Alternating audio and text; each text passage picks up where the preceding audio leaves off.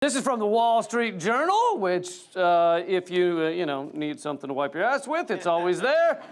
So they have a little extra headlines that are just kind of little tabs off to the side. And this one says, sales of cargo vans are booming. I would want to know why. Is it upticks in kidnappings or, like, why are people buying windowless vans? Like, let's find this. They're just excited. Sales of ball gags doing great. I got in on the bottom floor of the stock for handcuffs and ball gags. I'm doing really well.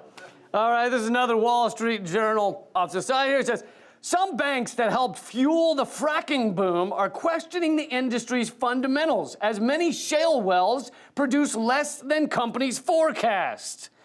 Maybe less oil, but more cancer, right? Don't sell yourself short. Fracking, more flammable water. That's exciting. More slow children, right? I don't mean they're producing the children. I mean we produce the children, they make them slow. Got too real for some of you? All right, well. If you didn't get that joke, you're one of the children. Comedians learn that day one. Insult your audience as much as possible, really make them fucking hate you early. All right, so this is, now we're on the New York Times. This is, as you know, Trump has been threatening to bomb Iran's cultural sites and antiquities. And this headline says, Pentagon rules out strikes on antiquities.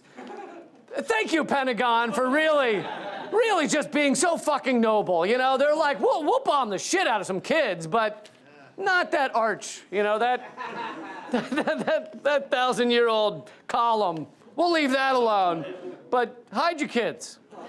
Let's see here. This is Washington Post. The headline says, the journal gets to the meat of the matter. This is about an article that came out saying, an expert said, or an author said that turns out studies show meat is great for you. There are no harms to eating tons of meat.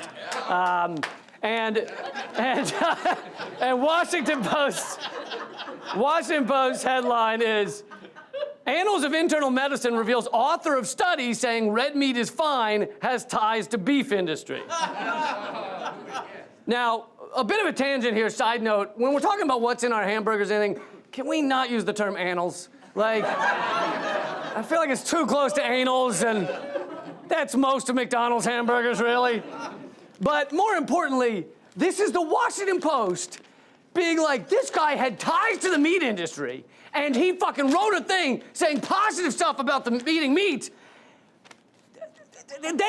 Washington Post has ties to the oil industry and has not mentioned climate change for 30 years, all right? They have ties to weapons contractors, and they're constantly pushing us into war. They have ties to big pharma, and they didn't mention the opioid epidemic until last year, all right? They have ties, they have CIA, Amazon has CIA contracts. So this horseshit about their ties to the meat industry.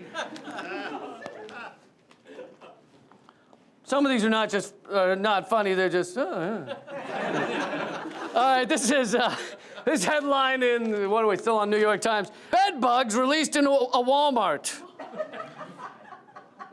At first I was like, does that mean someone released bed bugs in a Walmart? Or does that mean Walmart finally freed the bed bugs that they had confined? Does Walmart sell bed bugs? Is that what I'm gathering here? Finally, the bed bugs are like, freedom! All right, this is New York Times again. We only got a couple more here. Oh, so this is New York Times. This is the Monday after the assassination this week. So this is their first, weekday paper after this fucking horrible killing of the, and there are basically two candidates on the Democratic side that have done anything to try and pull back the fucking unlimited war powers from our president or any president to try and take back Congress's power. There's only really two candidates, Bernie Sanders and Tulsi Gabbard, right? And New York Times, their headline, this is the day, day after the strike, Buttigieg's bet. After Iran strike, a military past matters even more. Way to stand up for the fucking CIA military candidate the day after. He's part of this machine. That's not you. Oh, fuck you. All right. Okay, this headline says, Britain imprisons for life its most prolific rapist.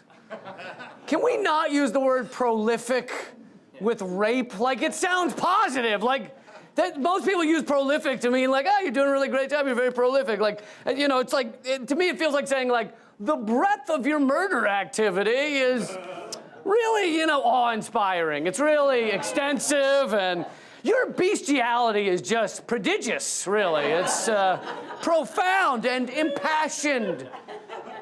Your goat fucking has impressed us all.